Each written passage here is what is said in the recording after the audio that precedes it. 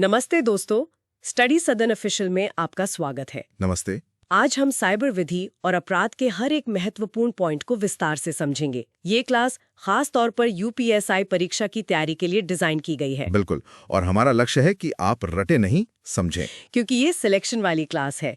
याद रखिए, सितारे आसमान में नहीं, अब आपके कंधों पर चमकेंगे। बहुत बढ़िया, तो शुरू करें। हाँ, तो चलिए सबसे पहले समझते हैं कि साइबर विधि यानी साइबर लॉ क्या है। देखिए, साइबर विधि बहुत सरल शब्दों में वो कानून है जो इंटरनेट, कंप्यूटर और दूसरे संचार माध्यमों पर लागू होता है। अच्छा। इसके मुख्य रूप से आप कह सकते हैं 3 हिस्से हैं।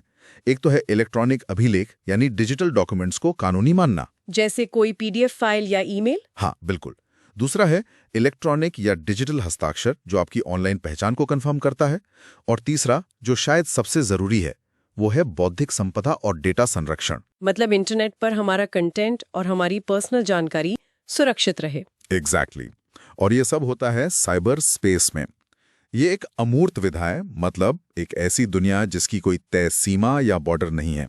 और यहाँ ध्यान देने वाली बात यह है, किसी साइबर स्पेस को रेगुलेट करने के लिए भारत सरकार ने इंफॉर्मेशन टेक्नोलॉजी एक्ट 2000 बनाया। सही कहा।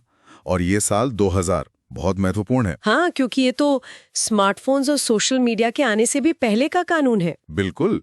हम डायल अप के दौर के कानून से 5G और AI के युग की समस्याओं को सुलझाने की कोशिश कर रहे हैं। ये अपने आप में एक बहुत बड़ी चुनौती है। सही बात है।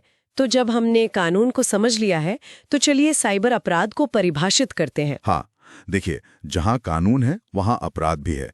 साइबर अपराध मतलब वो अपराध हैं जिनमें कंप्यूटर या मोबाइल जैसी डिवाइस को एक हथियार या औजार की तरह इस्तेमाल किया जाता है। हथियार की तरह? हाँ, इसमें मोटे तौर पर 3 तरह के अपराध आते हैं। एक है नेटवर्क पर सीधे हमला करना, दूसरा है धोखाधड़ी और तीसरा है सामाजिक अपराध जैसे मानहानि या अश्लीलता फैलाना। ठीक है, तो आइए अब नेटवर्क पर होने वाले हमलों को एक एक करके समझते हैं।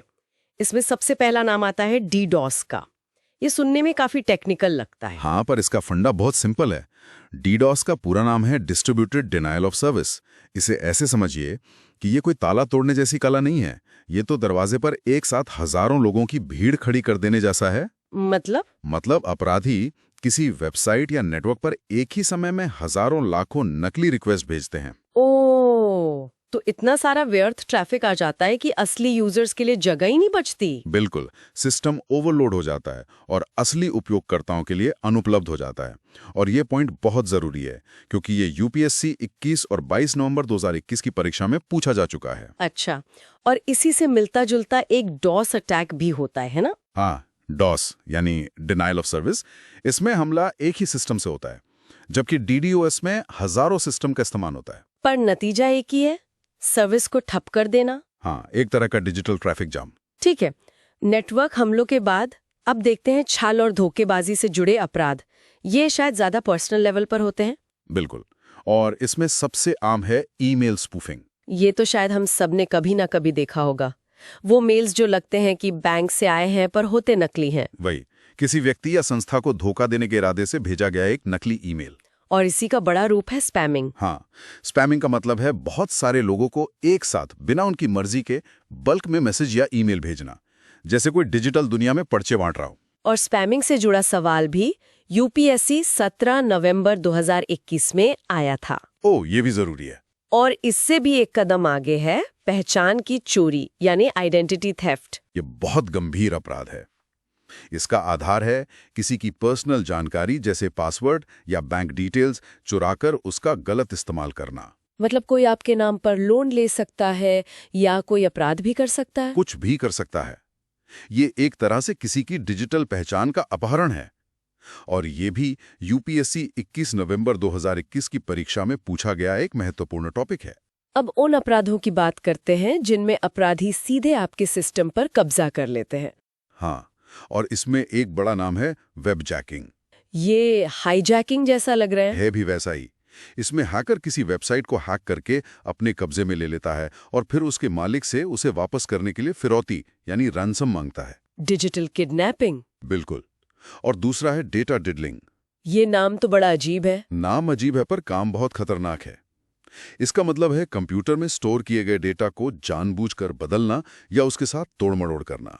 जैसे किसी के बैंक अकाउंट में 0 बढ़ा देना या एग्जाम के ग्रेड्स बदल देना। एग्जैक्टली। और इसका पता भी बहुत देर से चलता है। और इसी लिस्ट में ट्रोजन्स भी हैं। ये तो बहुत सुला है। हाँ, क्योंकि ये बहुत चालाकी से काम करता है। ट्रोजन एक ऐसा प्रोग्राम है जो दिखता तो असली और काम का लगता है, जैसे कोई गेम या कोई सॉफ्टवेयर। हाँ, पर असल में वो आपके सिस्टम को अंदर से नुकसान पहुंचाता है। वो आपकी जानकारी चुराकर हैकर को भेजता रहता है। ये अपने ही घर में एक जासूस को पनाह देने जैसा है। अब बात करते हैं उन साइबर अपराधों की जिनका असर समाज पर पड़ता है। सही है। इसमें आता है साइबर अश्लील लेखन, यानी साइबर पोर्नोग्राफी। मतलब किसी वेबसाइट या प्लेटफॉर्म पर अश्लील सामग्री डालना। हाँ, और यहाँ आईटी एक्ट की धारा 67 बहुत महत्वपूर्ण है। क्या कहती है धारा? ध्यान दीजिए, ये धारा कहती है कि यदि कोई पोर्नोग्राफिक फाइल छुपाकर भेजी जाए, जैसे किसी और फाइल के भेस में, तो ये एक दंडनीय अपराध है। अच्छा, मतलब नियत भी देखी जाती है। बिल्कुल।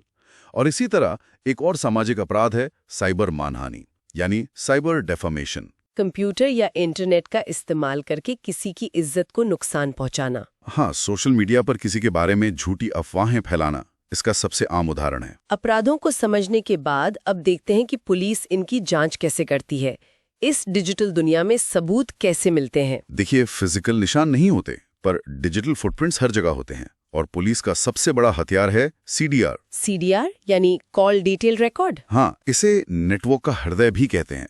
इसमें किसी भी मोबाइल उपयोक्ता की सभी कॉल्स, एसएमएस, वॉइस कॉल्स का पूरा विवरण होता है। अच्छा, तो इसमें क्या क्या जानकारी होती है? इसमें आउटगोइंग, इनकमिंग कॉल्स, कॉल कितनी देर चली, किस समय और तारीख को हुई, सब कुछ होता है। जब कोई सुराग नहीं मिलता तो सीडीआर ही रास्ता दिखाता है। और लोकेशन का भी पता चल जाता है। हाँ, लोकेशन और ट्रैकिंग इसी का हिस्सा है। हमारा फोन लगातार पास के मोबाइल टावर से सिग्नल एक्सचेंज करता है। उसी से व्यक्ति की भौगोलिक स्थिति का पता चलता है। तो घटना से पहले और बाद के कॉल से अपराधी और उसके साथियों तक पहुंचा जा सकता है। बिल्कुल। सिम कार्ड, मेमोरी कार्ड और मोबाइल सर्विस प्रोवाइडर, ये सब डिजिटल दुनिया के गवाह बन जाते हैं। चलिए, अब एक बहुत ही आम सवाल का जवाब जानते हैं। हैकर और क्रैकर में क्या अंतर है? हम अक्सर दोनों को एक ही समझ लेते हैं। हाँ, जबकि इनमें जमीन आसमान का फर्क है। देखिए, हैकर एक कंप्यूटर विशेषज्ञ होता है। हैक करने का मतलब सिर्फ सिस्टम में घुसना नहीं, बल्कि सिस्टम को बहुत गहराई से समझना है। तो फिर व्हाइट हैट हैकर कौन होते हैं? ये अच्छे लोग हैं। इन्हें एथिकल हैकर भी कहते हैं। ये अपनी स्किल्स का इस्तेमाल सिस्टम की कमियों को ढूंढकर उसे और मजबूत बनाने के लिए करते हैं। मतलब ये एक तरह से इंटरनेट के पुलिस हुए। बिल्कुल। आप इन्हें डिजिटल दुनिया का चौकीदार भी कह सकते हैं। तो फिर असली विलेन कौन है? उसका मकसद ही अनधिकृत प्रवेश करना होता है। अच्छा, तो जब हम न्यूज में सुनते हैं कि किसी बैंक का सिस्टम हैक हो गया, तो वो असल में क्रैकर्स का काम होता है। ज्यादातर मामलों में, हाँ। चलिए, अब उन सभी टॉपिक्स का एक त्वरित रिवीजन करते हैं जो पिछली यूपीएसआई परीक्षाओं में पूछे गए हैं। बिल्कुल। तो हमलों की बात करें तो डीडॉस यानी व्यर्थ ट्रैफिक भेजना, डॉस यानी सेवा को अनुपलब्ध बनाना, और स्पैमिंग यानी अवांछित संदेश भेजना, ये सब पूछे जा चुके हैं। और निगरानी के तरीकों पर भी सवाल आए हैं। हाँ, जैसे आईपी एड्रेस, इससे ईमेल भेजने वाले की लोकेशन का पता लगता है। सीसीटीवी, जैसे एटीएम से पैसे निकालते समय जो इलेक्ट्रॉनिक निगरानी होती है। और इंटरनेट के माध्यम से किसी की एकांतता यानी प्राइवेसी भंग करना भी एक अपराध है। और कुछ महत्वपूर्ण संस्थाएं भी हैं जिनके बारे में जानना जरूरी है। हाँ, एक है एनसीसीसी यानी राष्ट्रीय साइबर अपराध समन्वय केंद्र। ये नई दिल्ली में स्थित है। ये यूपीएसआई 14/9/2021 को पूछा गया था। और एक साइबर दोस्त का भी जिक्र है। हाँ, साइबर दोस्त गृह मंत्रालय द्वारा जागरूकता फैलाने के लिए चलाया गया एक ट्विटर अकाउंट है। ये सवाल यूपीएसआई 25 नवंबर 2021 में आया था। तो दोस्तों, आज की क्लास को समाप्त करने से पहले आइए देखें कि हमने क्या क्या सीखा। हमने साइबर लॉ में आईटी एक्ट 2000 को समझा। हमने डीडोस, फिशिंग और स्पैमिंग जैसे अपराधों की पहचान की। हमने सीडीआर और आईपी ट्रैकिंग जैसी जांच की तकनीकों को जाना। और हमने पिछले वर्षों के सभी महत्वपूर्ण प्रश्नों को भी कवर किया। बिल्कुल, ये एक लगातार चलने वाली बिल्ली और चूहे की दौड़ है। अपराधी नए रास्ते खोजते हैं और एजेंसियां उन्हें पकड़ने के लिए नई तकनीकें बनाती हैं। अब आप साइबर स्पेस के सिपाही बनने के लिए पूरी तरह से तैयार हैं।